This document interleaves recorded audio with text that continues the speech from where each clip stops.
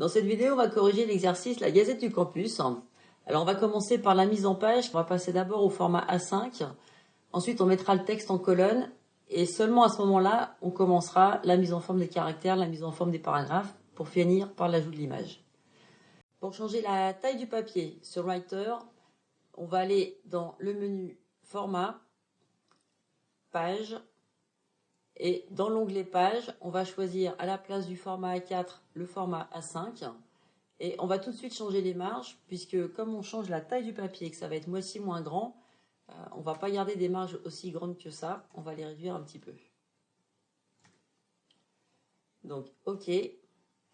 On peut bien vérifier dans la règle que la taille de nos marges est passée à 1,5 à gauche et à droite.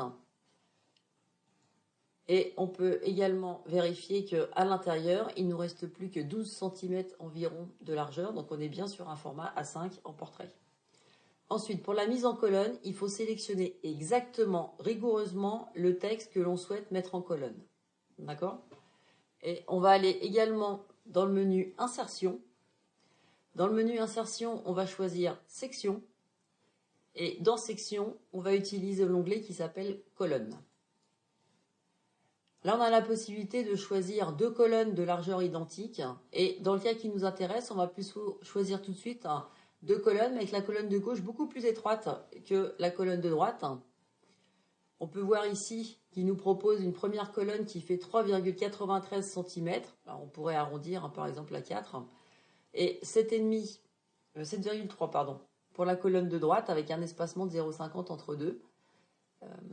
J'ai laissé la case cochée ici, répartition régulière du contenu sur toutes les colonnes, c'est-à-dire qu'il va essayer d'équilibrer les colonnes pour qu'elles aient à peu près la même hauteur toutes les deux. Et enfin, on peut choisir un trait de séparation, la forme de la ligne qui va séparer verticalement nos colonnes. Là, je vais prendre un trait plein. Voilà, et je vais valider avec le bouton Insérer. Donc j'ai bien le texte qui était sélectionné, qui est désormais en colonne, avec le trait de séparation entre deux. Et je vais pouvoir maintenant faire la mise en forme du texte. Donc pour la mise en forme du texte, on avait pour le premier paragraphe besoin d'un taquet droit pour aligner à droite volume 9 numéro 3. Au niveau de la taille des caractères, pour cette partie-là, on va la laisser comme ça. Par contre, on va augmenter énormément la taille du titre pour que ça occupe à peu près la largeur de la page. Alors admettons qu'on passe en taille 40, là c'est trop grand. Alors, un truc qui est sympa sur Word et qu'on n'a pas pour l'instant sur Writer, c'est l'aperçu quand on survole par exemple la taille du texte, voir ce que ça donne avant de valider. Le titre, on va également le mettre en gras.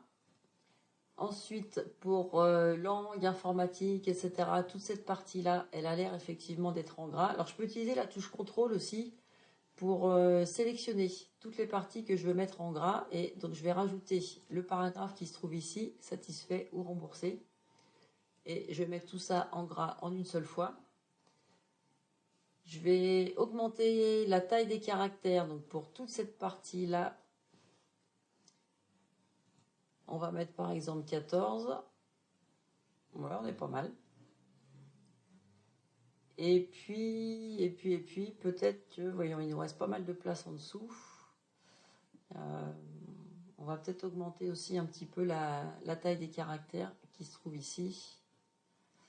Alors, par exemple, pour ça, on va se mettre simplement en taille 12 et le contactez-nous pour qu'il soit bien visible. On va le mettre également en taille 14.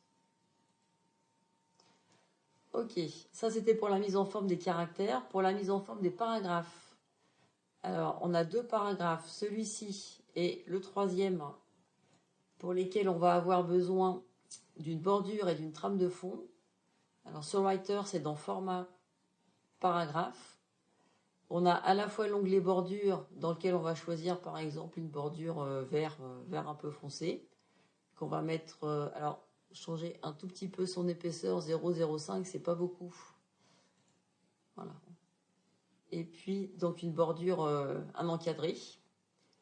Et dans arrière-plan, on va choisir une couleur d'arrière-plan, un vert un petit peu plus pâle, beaucoup plus pâle.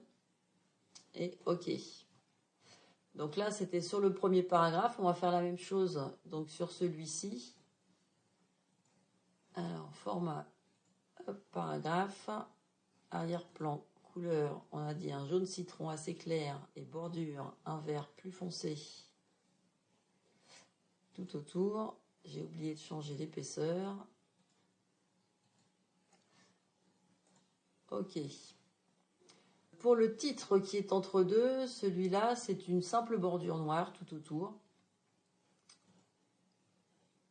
Donc on est toujours dans format paragraphe, bordure. On va garder noir, on va garder quelque chose de relativement fin, mais pas trop. Et on va le mettre aussi tout autour. Ensuite, on a du texte qui va être centré. Donc celui-là, par exemple, est aligné au centre. On va avoir formation qui est alignée à droite. Ensuite, toute la partie qui est ici, elle est justifiée. Le titre aussi, il est centré. Et puis, on a encore les espacements pour aérer un petit peu le texte.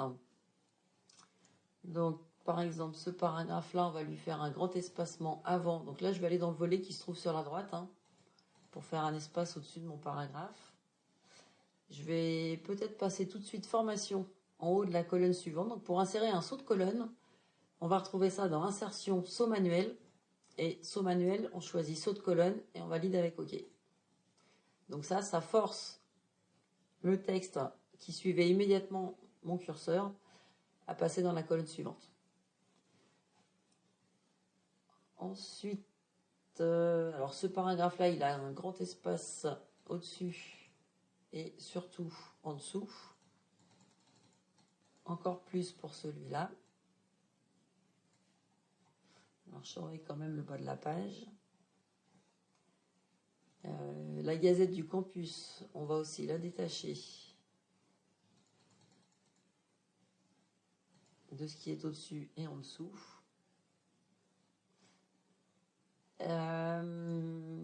Ici, alors il nous faut aussi un espace au-dessus. Et puis, on va peut-être augmenter un petit peu l'interligne pour l'aérer, celui-là. 1,5. Ouais, pourquoi pas.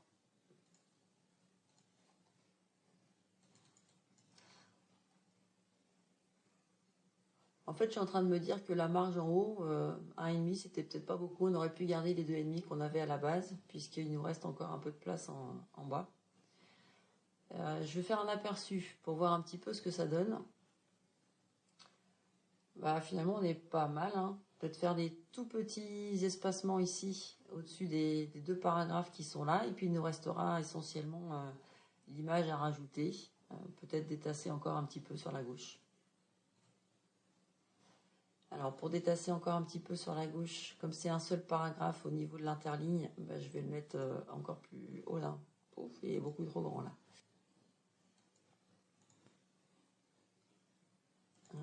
Et on va détacher ça. Et puis là, donc je disais, un petit espacement au-dessus pour cette partie-là. Voilà. Et on va rajouter, donc pour finir, l'image avec insertion, image. Et on va aller chercher notre petit formateur.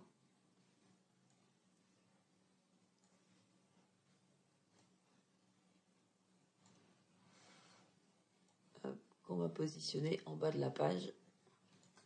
Voilà. Donc un dernier aperçu pour voir. Et on n'est pas mal du tout. Ouais, on va le laisser comme ça. À vous de jouer!